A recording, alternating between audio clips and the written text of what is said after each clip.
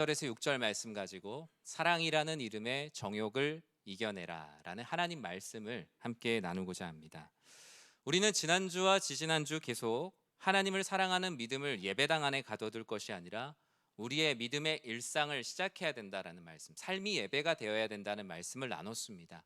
그 믿음의 일상은 형제를 사랑하고 손님을 주의 이름으로 대접하고 갇힌 자와 학대받는 자를 생각하고 공감하며 그들에게 사랑을 전하는 것이야말로 우리의 일상이 예배가 되고 우리의 삶이 그리스도인의 삶이 된다라는 말씀을 끊임없이 나눴죠. 지극히 작은 자 한 사람에게 행하는 것이 바로 나에게 행한 것이라는 그 말씀대로 살아가는 삶, 그것이 우리들에게 필요한 삶이다라는 말씀을 나눴습니다. 히브리서 13장에 보면 소제목이 있어요. 이 소제목은 하나님이 기뻐하시는 제사라는 소제목이 달려 있습니다. 히브리서 11장과 12장을 통해서 믿음이라는 것이 무엇인지 믿음의 선진들과 믿음의 정의가 기록되어 있다면 13장은 그 믿음으로 어떻게 살아가느냐, 하나님이 기뻐하시는 예배는 무엇이냐라는 것을 구체적으로 말하고 있어요. 그래서 앞서 1절과 3절에서 형제와 손님과 그리고 갇힌 자와 학대받는 자를 사랑하라고 하셨고, 이제는 사랑해야 될 것뿐만이 아니라 사랑하지 말아야 되는 것들에 대해서도 오늘 본문에서 말씀하고 있습니다. 사랑이라는 것은 언제나 참 좋죠. 사랑에 빠진다라는 것도 너무나 좋습니다. 그러나 어떤 사랑에 빠져 있느냐에 따라서 그 사랑은 새롭게 정의됩니다. 앞서 거론한 형제, 손님, 나그네, 갇힌 자와 학대받는 자를 사랑한다면 하나님께서 그 모습을 너무나 기뻐하시죠. 그러나 그 가운데서도 그들을 사랑하면서도 나를 드러내고자 한다면 그 사랑은 또 하나님께서 기뻐하지 않으십니다. 사랑하지 말아야 될 대상을 욕심으로 사랑하거나 사랑을 통해서 자신을 드러내려고 한다면 그것은 사랑에 빠진다고 한들 하나님의 영광에 이를 수가 없다라고 말하죠. 믿음으로 삶을 살아가는 것에 있어서 사랑이 가장 필요하지만 그 사랑을 분별해서 하는 것은 더 중요하다라고 말씀을 합니다. 사랑과 정욕을 잘 구분해야 한다는 것이죠. 그렇다면 오늘 본문에서 경계하라고 하는 사랑이라는 이름의 이 정욕, 이 정욕을 이겨내려면 우리는 어떤 삶을 살아야 할까요? 우리 히브리서 13장 4절의 말씀 먼저 한번 같이 읽도록 하겠습니다. 모든 사람은 결혼을 귀히 여기고 침소를 더럽히지 않게 하라. 음행하는 자들과 간음하는 자들을 하나님이 심판하시리라. 아멘. 이 사랑이라는 이름으로 포장된 정욕을 이기려면 오늘 본문은 첫 번째로 압축 언어로 말하죠. 결혼을 귀히 여기라 라고 말씀합니다. 이 말씀을 가지고 결혼하지 않은 자녀들을 쪼는 부모님들이 계세요. 이거는 결혼 하나님 귀하다 이 뜻이 아니에요. 여기서 얘기하는 결혼을 귀히 여기라 라는 것은 하나님이 맺어주신 언약 관계를 결혼이란 대표성을 통해서 보여주시는 거거든요. 결혼도 중요해요. 결혼을 귀히 여기는 건 맞는데 이 본문은 결혼만 해당하는 것은 아닙니다. 결혼이 대표성을 띠고 앞에 나와 있는 거죠. 요한은 형제 사랑과 손님 대접, 갇힌 자와 학대받는 자를 사랑하라는 권면에 이어서 사랑이라는 이름으로 정욕으로 드려지는 이 모든 것들을 경계하고 이기는 것 또한 믿음의 일상을 살아내는 것이라고 말합니다. 신앙생활 하다 보면 해야 되는 일도 있지만 하지 말아야 되는 일도 분명히 있죠. 요한은 왜곡된 두 가지의 사랑을 말하고 있는데요. 첫 번째가 바로 사람과 사람, 특히 부부간의 사랑이 정욕으로 왜곡되지 않도록 해야 된다. 그것을 바로 결혼을 귀히 여겨라 라는 말씀 안에 담아두고 있어요. 어떤 대상을 사랑하고 사랑에 빠지는 열정도 중요하지만 대상을 분별하지 못하고 그 사랑에 빠지는 것은 정욕을 사랑으로 포장한 것에 불과하다라고 말하는 것이기 때문이에요.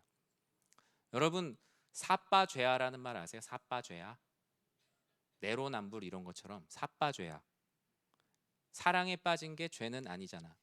네, 사빠죄야. 3년 전 종영한 드라마가 있어요. 부부의 세계.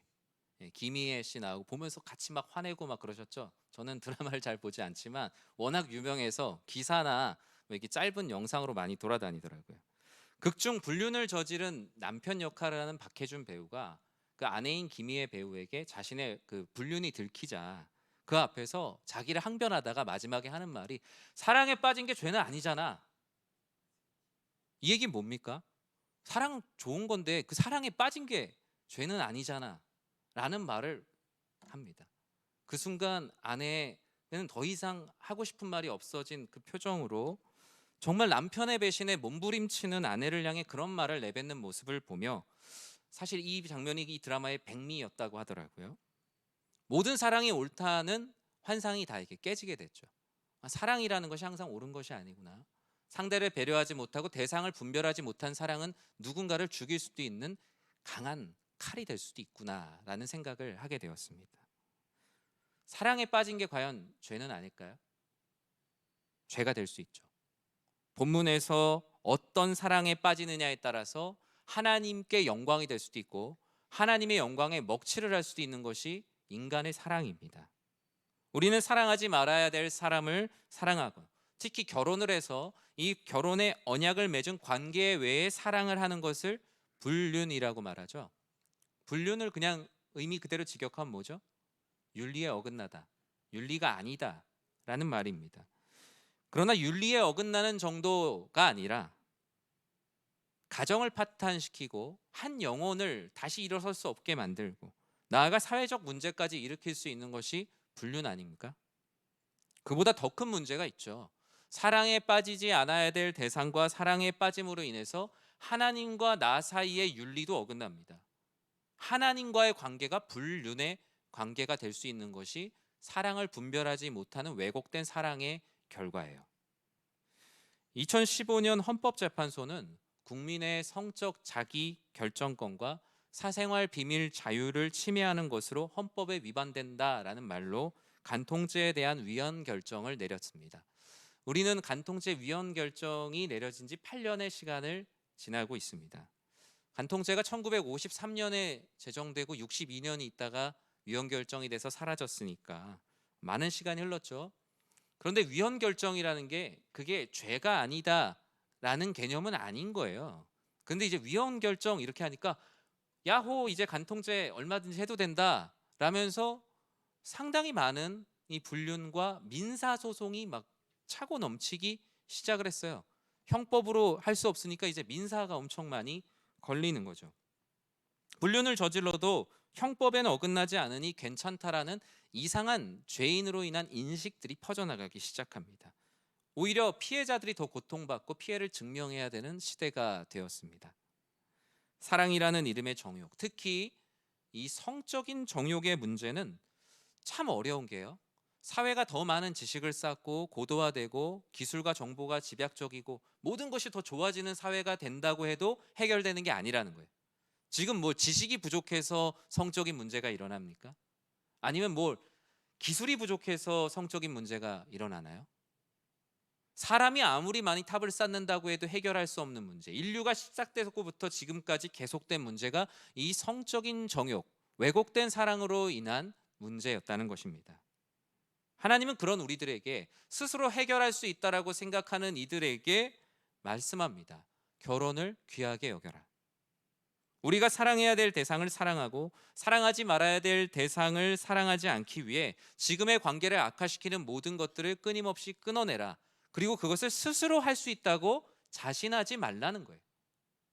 많은 그리스도인들이 이 부분에서 자신을 가집니다. 나는 신앙생활하니까 그런 부분에서는 잘할 수 있어. 그러나 선줄로 앉아가 넘어진 줄 안다고 어느 누구도 여기서 스스로를 도울 수가 없어요. 그래서 우리는 주님이 필요합니다. 주님의 말씀과 사랑과 그 가르침이 우리 안에 계속 있으면서 이 안에 있는 정욕을 몰아내지 않으면 우리는 금방 쓰러져 버릴 수밖에 없는 존재입니다. 사랑하는 성도 여러분, 결혼을 귀하게 여기시고 여러분들에게 주어진 하나님께서 맺어주신 사랑의 관계를 하나님의 사랑으로 귀하게 여기는 모두가 되시길 주님의 이름으로 축원합니다. 귀히 여길 때 사랑이라는 이름을 쓰고 온 정욕에 빠지지 않게 됩니다. 결혼은 하나님께서 만드신 항구적인 제도이며 하나님께서 짝지어 주신 것을 나누지 못한다라고 말씀하시죠. 이 짝지어 주신이라는 원어적 의미가 무엇입니까? 함께 멍에를 메었다. 우리나라의 소는 보통 쟁기를 끌고 갈 때 혼자 끌고 가잖아요. 근데 이 팔레스타인 유대 지역의 멍에는 2인 1조예요. 2인 1조. 사수부사수가 있다고요. 잘하는 소가 있고 견습생 소가 있어요. 그래서 같이 그 견습생 소는 잘하는 소를 따라서 이렇게 갑니다. 그런데 그것을 어떻게 나눌 수 있겠어요? 한 세트인데요. 그런 문화 가운데서 이해하면 이 말씀을 좀 더 이해하시기가 쉬울 것입니다. 결혼은 인간의 언약적 관계가 아니라 하나님의 언약의 관계이죠. 인위적인 연합이 아니라 하나님의 말씀을 통한 선언이기 때문에 사람과 사람 사이의 사랑도 빠져야 될 사랑과 빠지지 말아야 될 사랑이 있는 것처럼 우리는 그와 같은 언약의 관계를 지켜야 돼요. 그뿐만 아니라 이 사람 간의 사랑이 아니라 오늘 본문에선 어떤 특정한 가치의 사랑에도 빠지지 말라라고 말씀하는데요. 우리 5절 말씀을 같이 한번 읽어보겠습니다. 돈을 사랑하지 말고 있는 바를 족한 줄로 알라. 그가 친히 말씀하시기를 내가 결코 너희를 버리지 아니하고 너희를 떠나지 아니하리라 하셨느니라. 아멘. 사랑이란 이름의 정욕을 이기려면 돈을 사랑하지 말라. 마치 결혼을 귀히 여기라라는 사랑의 언약을 지키라고 하는 것처럼 돈을 사랑하지 말라는 이 말씀 하나로 압축을 하고 있어요. 하나님 외에 신성을 가질 수 있는 것들을 사랑하지 말라는 의미에서 대표 주자로 돈을 내세운 겁니다. 돈만 사랑하지 말라는 게 아니라 권력이 될 수도 있고 허영이 될 수도 있고 돈이 대표성을 떼어서 나온 것이지 다른 것이 될 수도 있습니다. 하나님의 영광을 가리는 많은 가치관들이 있지만 하나님이 돈으로 압축하신 것은 돈이 가지고 있는 능력 때문입니다. 더 정확히 말하면 돈 자체의 능력이 있는 것이 아니라 돈에 사람들이 과잉 능력을 부여한다라는 거예요. 돈 자체는 단순한 물건의 교환 수단인데 거기에 사람들이 하나님의 성품을 자꾸 부여한다는 거예요. 하나님의 비공유적 속성이 무엇입니까? 전능성, 전지함, 영원함. 절대로 돈에 부여할 수 없는 하나님의 비공유적 속성과 성품들을 돈에다가 부여하면서 돈을 신처럼 섬기게 되었다라는 것입니다. 돈을 사랑하지 말라는 권면을 하나님이 자주 하셨어요. 왜냐하면 하나님과 돈이 양립할 수 없다는 것을 하나님은 너무나 잘 아셨기 때문입니다. 돈을 사랑하면 마음의 주인이 둘이 생기죠. 결국 하나님을 신뢰하지 못하고 하나님으로부터 멀어집니다. 결국 돈을 사랑하기 때문에 영적인 눈이 멀어 범죄에 가까워진다라고 성경은 말합니다. 제가 좋아하는 자크 엘룰이라는 사람이 쓴 하나님이냐 돈이냐라는 책이 있습니다. 되게 오래전에 나온 책이어서 예전에 혹시 읽으신 분들은 예수와 돈이라는 제목으로 읽으셨을 것입니다. 아주 명서죠. 저는 신학대학원을 졸업을 하고 보통 이제 목회자가 되기 위해 우리 교단은 총신대학교 신학대학원 3년의 목회학 석사과정을 거치죠. 그걸 마치고 저는 공부를 좀 계속 하고 싶었어요. 저는 학부를 신학을 하지 않았기 때문에 학부를 경제학을 했기 때문에 하나님이 그것을 배우게 하신 것도 또 하나님의 특별한 계획이 있을 거다라는 마음으로 이렇게 학교를 알아보기 시작했어요. 제가 공부하고 싶었던 것은 사실 도덕 철학이라는 그 전공이었는데 국내에는 없었어요. 그래서 해외를 준비하다가 여러 가지 사항들이 여의치 않았고 국내에 있는 학교 중에 기독교 경제학, 경제윤리와 사회윤리를 전공을 하게 되었습니다.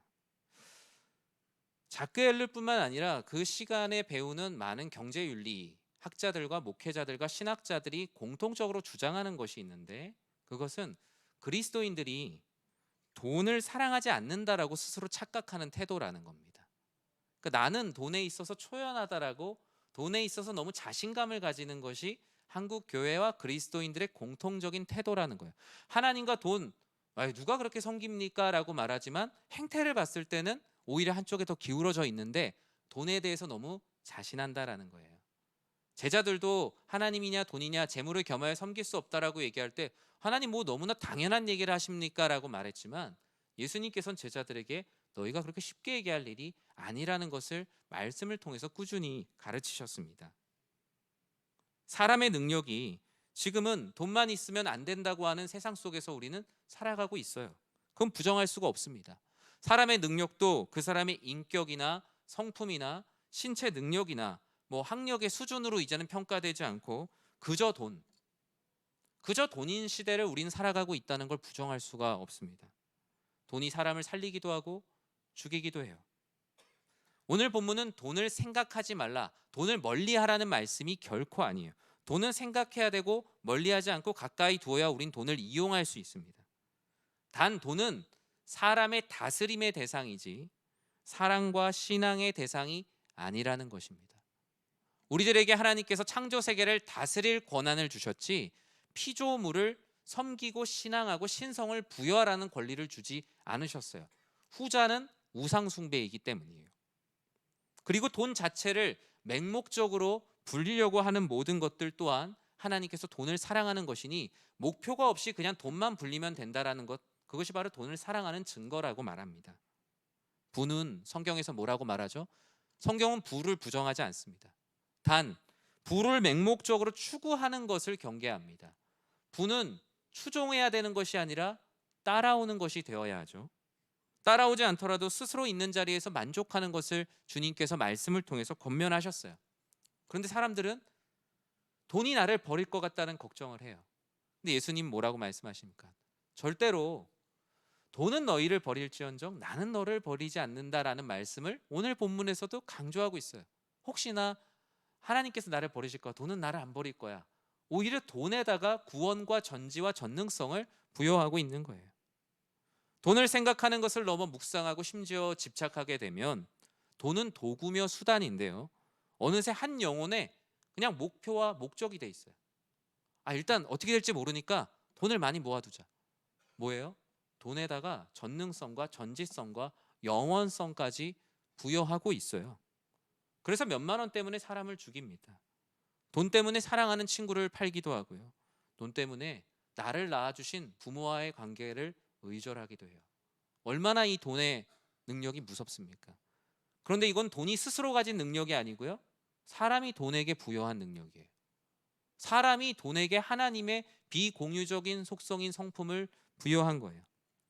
돈을 사랑하지 말라, 돈을 너희 머리 위에 두거나 너희 가슴 깊은 신앙의 자리에 두지 말라 말씀하십니다.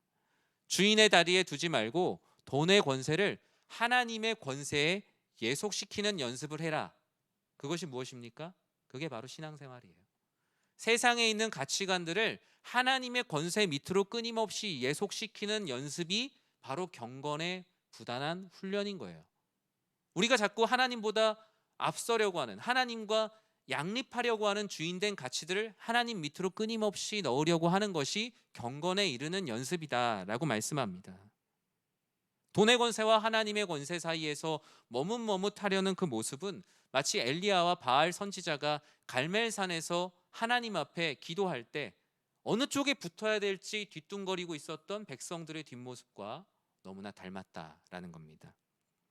세상은 끊임없이 가난의 문제를 경제 체제와 정책을 통해서 해결하려고 하며 그 체제와 정책이 잘 세워지면 가난의 문제가 해결될 것이다라고 우리를 호도합니다. 그러나 성경은 그렇게 말하지 않습니다. 성경은 가난 속에서도 어떻게 예수님을 따를 것인가, 부유함 가운데도 그 부유함 가운데 하나님을 잊어버리지 않고 어떻게 하면 하나님의 뜻을 따를 것인가를 가르칩니다. 교회도 돈에서 자유로울 수 없어요. 교회가 돈을 사랑하면 어떻게 될까요? 매일 뉴스에 나오잖아요. 그렇게 되는 거예요. 목사가 돈을 사랑하면 어떻게 될까요? 제가 예를 들어 정말 돈에 미친 사람이 된 거예요. 그럼 어떻게 될까요? 목사가 돈을 사랑하면요, 한 성도와 진실한 목양의 관계를 이어갈 수가 없습니다. 그 성도님하고 오래 이야기할 수 없어요. 교회에서 신방하는 게 계량화되면 어떻게 될 것 같으세요? 목사님 한 주에 신방 20명을 만나세요. 그럼 제가 어떻게 신방할 것 같으세요? 빨리 만나고 다음 분 만나겠죠. 숫자를 채워야 되니까. 얼마나 비참합니까? 숫자와 재물의 노예가 되는 순간 한 성도의 영혼을 진실하게 목양할 수가 없어요. 나에게 도움이 되는 성도님들만 만나게 될 거고요, 사회적으로 지위가 높거나 재정적으로 부유한, 교회에 무언가 기여할 수 있는 성도님들만 만나게 될 거예요. 예배당에서 눈물과 기도로 기도하는 성도님들이 보이지 않고 아마 성도님들 머릿수만 세고 있을 거예요. 지금 몇 명이 왔구나, 이번 주 몇 명이 왔구나. 너무 비참하지 않습니까? 예수님은 그런 돈을 사랑하는 목자를 사꾼이라고 말했고, 돈을 사랑하는 것은 하나님의 법 안에서 불륜이에요. 하나님과의 목회 윤리적 관계가 깨져버리는 거예요. 목회뿐만 아니라 여러분의 신앙 윤리적 관계가 깨어지는 불륜의 상태가 바로 돈을 사랑하는 거예요. 왜냐하면 사랑은 하나님만 사랑해야 되는데 돈은 사랑의 대상이 아닌데 돈을 사랑한다고 고백하는 거예요. 그러면서 얘기하는 거죠. 사랑에 빠진 게 죄는 아니잖아. 하나님이 말씀하십니다. 죄야. 그건 죄야. 너의 영혼을 망가뜨릴 뿐만 아니라 너와 함께하고 있는 사람들, 그리고 너의 인생 자체를 망가뜨리는 죄라고 분명히 말씀하십니다. 만약에 이렇게 돈을 도구로 사용하고 다스리지 않고 맹목적으로 신앙하면 어떻게 될까요? 제가 인터넷에 있는 기도문을 하나 가져와 봤어요. 제가 이렇게 기도한다는 건 아니에요. 네, 한번 제가 읽어드릴게요. 수원에 계신 우리 아버지여, 이름이 거룩히 여김을 받으시오며 한국 거래소에 임하옵시며 그의 뜻이 산만에 이룬 것 같이 십만에도 이루어지이다. 오늘날 우리에게 일용할 배당금을 주옵시고 주식장에서 아버지를 믿지 못한 것을 사하여 준 것 같이 단타치며 들락거리는 사람들을 사하여 주시고 우리를 패닉셀에 들게 하지 마시고 다만 95층에서 구하옵소서. 95층이 뭐죠? 9만 5천 원에 샀다는 얘기죠. 권세와 영광이 아버지께 영원히 있사옵나이다. 이폰. 네. 우스개 농담으로 쓴 말이지만 우리가 저 정도로 신앙하지 않다고 하고 있는데 신앙은 하고 있어요. 하나님이 보실 때 우리를 여러분 스스로 돕는 자라고 생각하지 마시고 이런 모든 돈 사랑에서 주님이 저를 도우셔야 된다라는 기도를 날마다 올려드리지 않으면요, 우리는 이보다 더한 삶을 살 수 있어요. 농담이 아니라 실제로 이런 삶을 살게 될 수 있어요. 주식은 나쁘지 않아요. 주식은 죄가 없습니다. 그러면 주식회사 다 없어져야죠. 회사를 운영하는 자금의 근원이에요. 그런데 그것을 어떤 모습으로 바라보는가가 죄가 될 수 있어요. 매여 있으면 죄죠. 단순한 경제활동을 하나님을 사랑하듯 사랑하는 것, 돈을 내 모든 문제를 해결할 구원자요, 길이요, 진리요, 생명이라고 생각하는 게 가장 큰 죄인 거예요. 일반적인 주식 거래들은 너무나 건강한 거래입니다. 그런데 이것만이 나를 구원할 구원자라고 생각하고 전능성을 부여하고 영원성을 부여하는 순간 그것은 불륜인 거예요. 이것뿐만이 아니라요, 동네 문구점에 있는 뽑기를 이렇게 한다면 그것도 하나님 앞에 불륜인 거예요.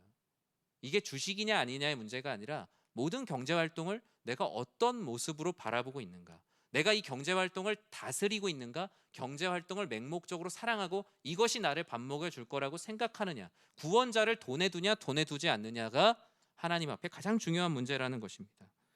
만약에 돈을 사랑하여 돈에 매여 있는 모습만 보이면 자녀들은 절대로 하나님을 전능자로 고백할 수가 없어요. 자녀들이 우리의 삶을 볼 때 매여 있는 것이 자녀들이 신앙하는 것이 된다. 얼마나 두렵습니까?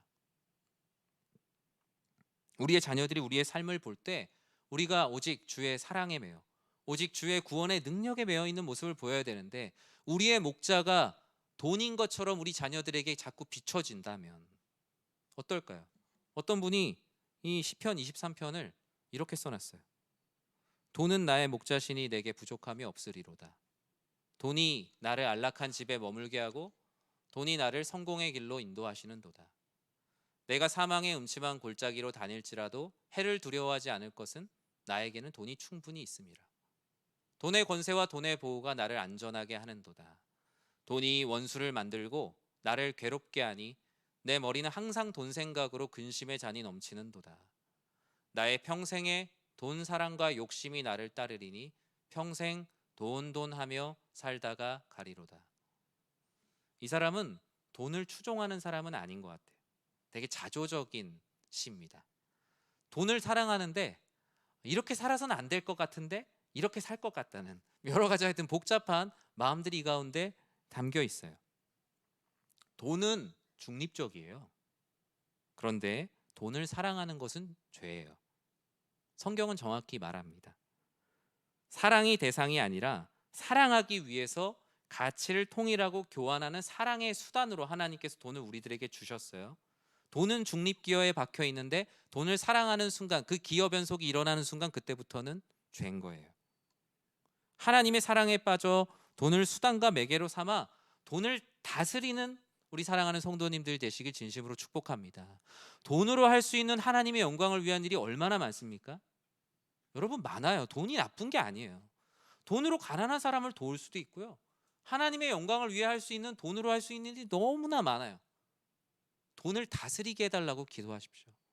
돈을 사랑해서, 돈에 집착해서 평생 돈 하다가 매여서 돈의 노예로 살아가면 하나님께서 그것을 뭐라고 말합니까? 넌 평생 왜 그런 정욕으로 살았냐고.